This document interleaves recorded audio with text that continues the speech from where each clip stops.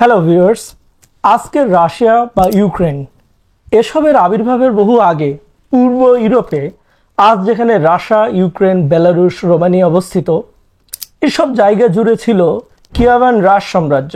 Vikings আর স্লাভিকদের কোলাবোরেশনে তৈরি এই সাম্রাজ্যের এক বিখ্যাত নারীর কথা বলবো আজ, যার নাম ওলগা। ইতিহাসে সে ওলগা অব কিয়েভ নামেই বেশি পরিচিত। কিয়েভ, যা আজকের ইউক্রেনের রাজধানী, তখন এই কিয়েভ ছিল কিয়েভান রাসের প্রাণকেন্দ্র। ওলগার সাথে কিয়েভ শহরের নাম জুড়ে গেলেও ওলগার কিন্তু জন্ম হয়েছিল কিয়েভ থেকে অনেক দূরে, আজকের রাশিয়ার পেসকভ শহরে। বর্তমানে রাশিয়া এবং লাতভিয়ার বর্ডারের কাছে অবস্থিত এই পেসকভ শহর, বলা হয় ছোটবেলা থেকেই এক্সেপশনাল বুদ্ধিমতী ও অসম্ভব সুন্দরী ছিলেন ওলগা। তার বাবা মা ছিল ভ্যারেজিয়ান, অর্থাৎ তারা নর্সম্যান ভাইকিংসদের উত্তরসূরি বা বংশধর। ম্যাপটি খেয়াল করে দেখুন, আজ থেকে প্রায় 1100 বছর আগে, আনুমানিক 890 সাল থেকে 925 সালের ভেতরে কোনো এক সময় ওলগার যখন জন্ম হয়, কিয়েভান রাসের ম্যাপটি ছিল এরকম। ওদিকে সাম্রাজ্যটির ভেতরকার ইন্টারনাল স্ট্রাকচার ছিল ঠিক এরকম। ছবিতে দেখতেই পাচ্ছেন, আলাদা আলাদা প্রিন্সরা আলাদা আলাদা রিজিয়ন এবং ট্রাইবদের শাসন করত। অনেকগুলো মন্ত্রীর উপরে যেমন একজন প্রধানমন্ত্রী থাকে, তেমনি এসব প্রিন্সদের উপরে ছিলেন গ্র্যান্ড প্রিন্স, যে কিয়েভে বসে সমগ্র সাম্রাজ্যটি কন্ট্রোল করত। তাকে আসল রাজা হিসেবে বলতে পারেন। এই আসল রাজা বা তাদের ভাষায় গ্র্যান্ড প্রিন্স খাজনা বা ট্যাক্স আদায় করত অন্যান্য প্রিন্স ও তাদের ট্রাইবদের কাছ থেকে। আর এই খাজনা নিয়েই বাধত হর হামেশা ঝামেলা। খেয়াল করে দেখুন, সাম্রাজ্যটি অবস্থানগতভাবে বেশ গুরুত্বপূর্ণ ছিল। বাল্টিক রিজন, অর্থাৎ আজকের নরওয়ে, সুইডেন আর ফিনল্যান্ডের মতো জায়গা থেকে ভাইকিংসরা নিপার আর ভলগা নদী দিয়ে ঢুকে পড়ত ব্ল্যাক সি আর ক্যাসপিয়ান সাগরে, ব্যবসা বাণিজ্য করত, আবার মাঝে মাঝে লুটপাট চালাতো তখনকার বাইজেন্টাইন সাম্রাজ্যের বিভিন্ন এলাকায়। অর্থাৎ ইস্টার্ন ইউরোপ ও বাল্টিক দেশগুলোর মধ্যে ট্রেডিং রুট নিয়ন্ত্রণ করাটা বেশ লুক্রেটিভ ছিল ভাইকিংসদের জন্য। ওলগার যখন জন্ম হয়, কিয়েভে বসে কিয়েভান রাস সাম্রাজ্যকে যে রাজবংশ শাসন করত, তখন তার নাম ছিল রুরিকিড ডাইনেস্টি। তাদের শরীরেও ভাইকিংসের রক্ত। ওলগার বিয়ে হয় রুরিকিড রাজবংশের সে সময়কার গ্র্যান্ড প্রিন্স অফ কিয়েভ ইগোরের সাথে। বিয়ের পরে কিয়েভে থাকতে শুরু করে ইগোর আর ওলগা। এই ইগোর 941 সালে 1000 যুদ্ধজাহাজ নিয়ে তখনকার বাইজেন্টাইন সাম্রাজ্যের রাজধানী কনস্টান্টিনোপল, অর্থাৎ আজকের ইস্তাম্বুল আক্রমণ করেন। কিন্তু বাইজেন্টাইনরা তার বিরুদ্ধে যুদ্ধে গ্রিক ফায়ার ইউজ করে। এই গ্রিক ফায়ার এক ধরনের কেমিক্যালস, যা পানির উপরেও দাউ দাউ করে জ্বলত, শত্রুপক্ষের জাহাজ পুড়িয়ে ছাই করে দিত। এই গ্রিক ফায়ার অনেকটা ওই গেম অফ থ্রোনস সিরিয়ালের ওয়াইল্ড ফায়ারের মতোই কাজ করে একইভাবে। তো ইগোর হেরে যায় বাইজেন্টাইনদের কাছে এবং পিছু হটেন।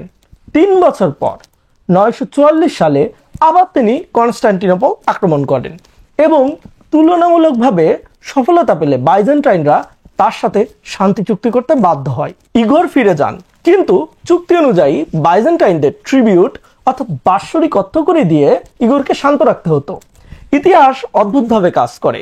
এই যুদ্ধে ইগোর কনস্টান্টিনোপল দখল করতে না পারলেও তার অনেকগুলো ওয়ার ট্যাকটিক্সের মধ্যে একটি ওয়ার ট্যাকটিক্স 509 বছর পর অটোমান সুলতান মেহমেদ অ্যাপ্লাই করেছিলেন কনস্টান্টিনোপল জয় করার সময়। স্ট্র্যাটেজিটি নিয়ে অন্য কোনো ভিডিওতে ডিটেলস বলবো।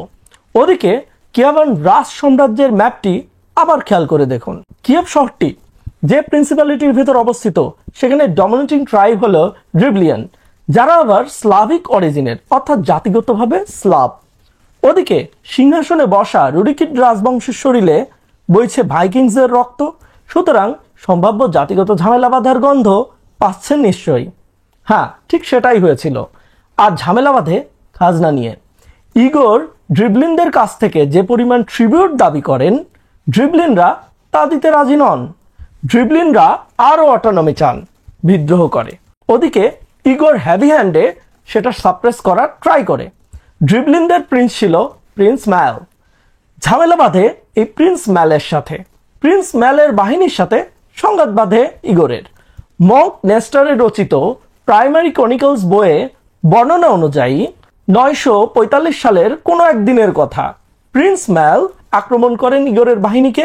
ইগোরকে জীবিত পাকড়াও করেন তিনি।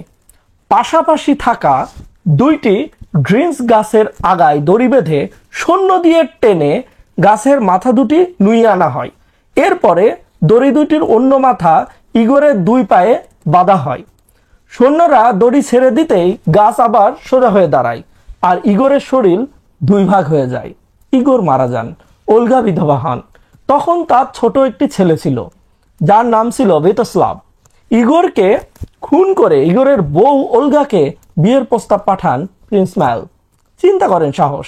বিয়ের প্রস্তাব নিয়ে যেসব বার্তাবাহক ওলগার কাছে পাঠানো হয়েছিল সবাইকে জীবিত পুঁতে মারেন ওলগা। চতুর ওলগা এরপর পাল্টা একটি চিঠি লিখেছিলেন প্রিন্স ম্যালকে। চিঠির কথা হলো, বিয়ের প্রস্তাব পাঠালে গণ্যমান্য লোকজন দিয়ে পাঠাবেন, এসব বার্তাবাহক দিয়ে কেন পাঠান?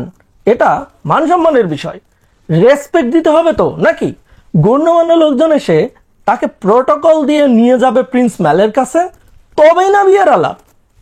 জবাবে ওলগার সৌন্দর্যে মুগ্ধ, ওলগাকে বিয়ে করার ইচ্ছায় ব্যাকুল প্রিন্স ম্যাল ড্রিবলিন ট্রাইবদের কিছু গণ্যমান্য লোকজন আর যোদ্ধা পাঠালেন ওলগার কাছে। ওলগা তাদের ব্যাপক আপ্যায়ন করলেন। ওলগার বিশাল বাথ হাউস ছিল যেখানে একসাথে অনেকে গোসল করতে পারত, হাল আমলের টার্কিশ বাথ স্টাইলে। নিজের বাথ হাউসের ভেতরে সবার জন্য গোসলের আয়োজন করলেন তিনি। গণ্যমান্য ব্যক্তি ও আগত যোদ্ধারা বাথ হাউসে ঢুকলেন। কাঠের তৈরি বিশাল বাথ হাউসের দরজা এরপরে বন্ধ করে দেয়া হলো এবং আগুন ধরিয়ে দেয়া হলো। পুরো বাথ হাউস জ্বালিয়ে দেয়া হলো। প্রিন্স ম্যালের তো বেকুব দশা। ওলগা তারে পাল্টা বার্তা পাঠালো। ওলগার যুক্তি হলো, তার হাজব্যান্ড ইগোরের মৃত্যু হয়েছে, আগে তো তার প্রয়াত স্বামীর স্মৃতির প্রতি শ্রদ্ধা জানিয়ে একটা ফিউনারেল ফেস্ট বা মহাভোজের আয়োজন করার কথা, তারপর না হয় বিয়ের আলাপ। একটা তো কার্টিসি আছে নাকি? তা না করে আগেই বিয়ের প্রস্তাব দিলে ওলগার তো রাগ হবেই। ওলগা নিজেই ইগোরের কবরের কাছে ফিউনারেল ফিস্ট আয়োজন করলেন, ড্রিবলিনদের দাওয়াত দিলেন। সেখানে ড্রিবলিনরা এলো।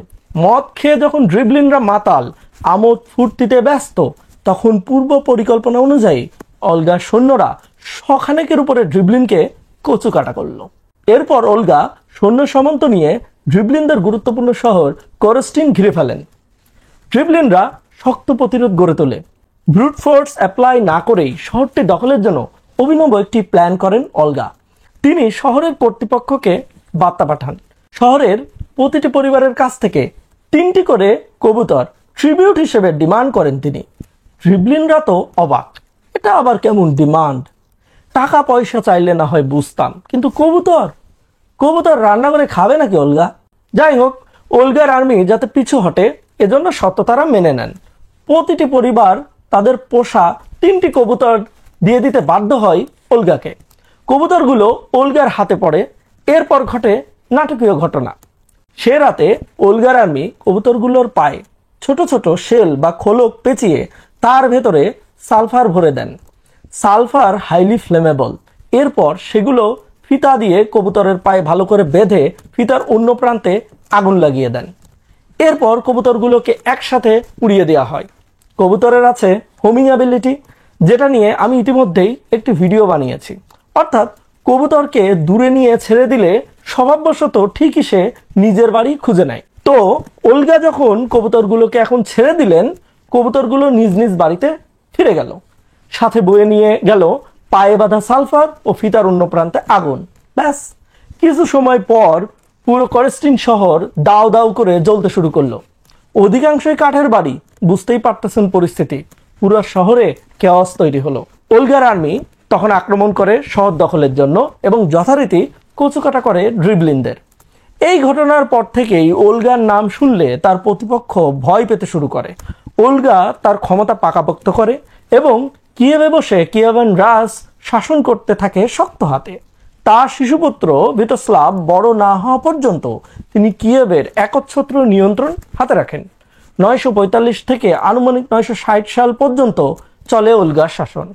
এই ওলগা পরবর্তীতে বাইজেন্টাইন সাম্রাজ্যের সাথে কিয়েভান রাস সাম্রাজ্যের সুসম্পর্ক তৈরি করেন। বাইজেন্টাইনদের সাথে কিয়েভান রাসদের বাণিজ্যিক সম্পর্ক ভালো করতে শুরু করেন ওলগা।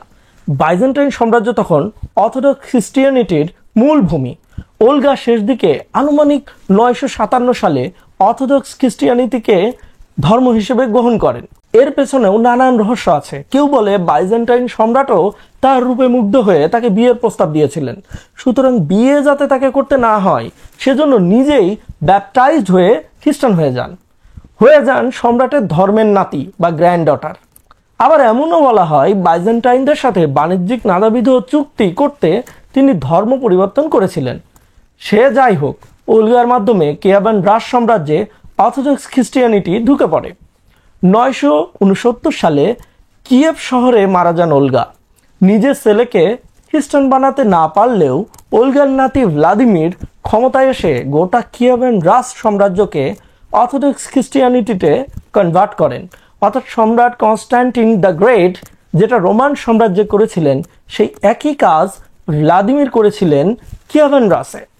ওলগাকে পরবর্তীতে খ্রিস্টান অর্থোডক্স চার্চ সেন্ট হিসেবে ভূষিত করে। ওলগা অফ কিয়েভ হয়ে যান সেন্ট ওলগা। ইউক্রেনের রাজধানী কিয়েভের সেন্ট মাইকেল স্কোয়ারে আজও ওলগার বিশাল স্ট্যাচু আছে। বাই দ্য ওয়ে, ওলগা যেভাবে কবুতর ইউজ করে একটি শহর পুড়িয়েছিল, দ্বিতীয় বিশ্বযুদ্ধের সময় মার্কিন সেনারা জীবন্ত বাদুরকে ইউজ করেছিল বোমা হিসেবে। Yes, you heard it right. এই যে বোমা সদৃশ্য ক্যানিস্টারটি দেখতে পাচ্ছেন স্ক্রিনে, এটার নাম ব্যাট বম, যা দ্বিতীয় বিশ্বযুদ্ধের সময় মার্কিন আর্মি ইউজ করেছিল। এল.এস. অ্যাডামস নামের একজন ডেন্টিস্টের মাথা থেকে এসেছিল এই অভিনব বুদ্ধি। 1942 সালে অথরাইজেশন দেওয়া হয় প্রজেক্ট এক্স-রে। এই প্রজেক্টের আওতায় লক্ষ লক্ষ মেক্সিকান ফ্রিটেল বাদুড় ধরা হয়েছিল আমেরিকার দক্ষিণ অংশের স্টেটগুলোর পাহাড়ের গুহা থেকে। প্রসেসটি হলো ব্যাট বমের ভেতরে অনেকগুলো বাদুড় ভরা হইতো। এরপর আকাশে প্লেন থেকে ব্যাট বম ফালানো হইতো। ব্যাট বোমাটি তো আর বোমা নয়, মূলত বিশাল একটি সিলিন্ডার যার ভেতরে বাদুড় ভরা। সিলিন্ডারটি আকাশেই খুলে যেত। এরপর বাদুড় বের হয়ে পড়ত। এই বাদুড়ের পিঠে ছোট ছোট সিলিন্ডারে ইনসেন্ডিয়ারি বম বাঁধা থাকতো। জাপানের অধিকাংশ বাড়িঘর যেহেতু কাঠের তৈরি আর বাদুড়ের স্বভাবই হলো দিনের বেলা অন্ধকার খুঁজে বের করে, সুতরাং শহরের উপরে বাদুড় ছেড়ে দেওয়া হলে বাদুড়গুলো মানুষের বাসা বাড়ির ছাদে বা দেয়ালে যেখানে অন্ধকার জায়গা পাইতো সেখানে গিয়ে আশ্রয় নিত। এরপর নির্দিষ্ট টাইম ইন্টারভালে বোমা ফুটবে এবং বাড়িঘর পুড়ে ছাই হয়ে যাবে। এই প্রজেক্ট খুব একটা সফলতা পায়নি। ইনফ্যাক্ট 1943 সালে আমেরিকার কার্লব্যার্ড এয়ারফোর্স বেজে এই বোমার একটি পরীক্ষা চালাতে গিয়ে অ্যাক্সিডেন্ট ঘটে। এক জেনারেলের গাড়িতে বাদুড় ঢুকে পড়ে এবং গাড়ি পুড়িয়ে ফেলে। এয়ারফিল্ডেও আগুন লেগে যায়। তো এই প্রজেক্ট পরের বছর থেকে বন্ধ করে দেওয়া হয়। তো আজ এ পর্যন্তই। আশা করি ভিডিওটি দেখে আপনি নতুন কিছু না কিছু জানলেন। যদি এমন কিছু আরও জানতে আপনি আগ্রহী হন তাহলে চ্যানেলটি সাবস্ক্রাইব করতে পারেন। It's your wish. ভালো থাকবেন। ধন্যবাদ।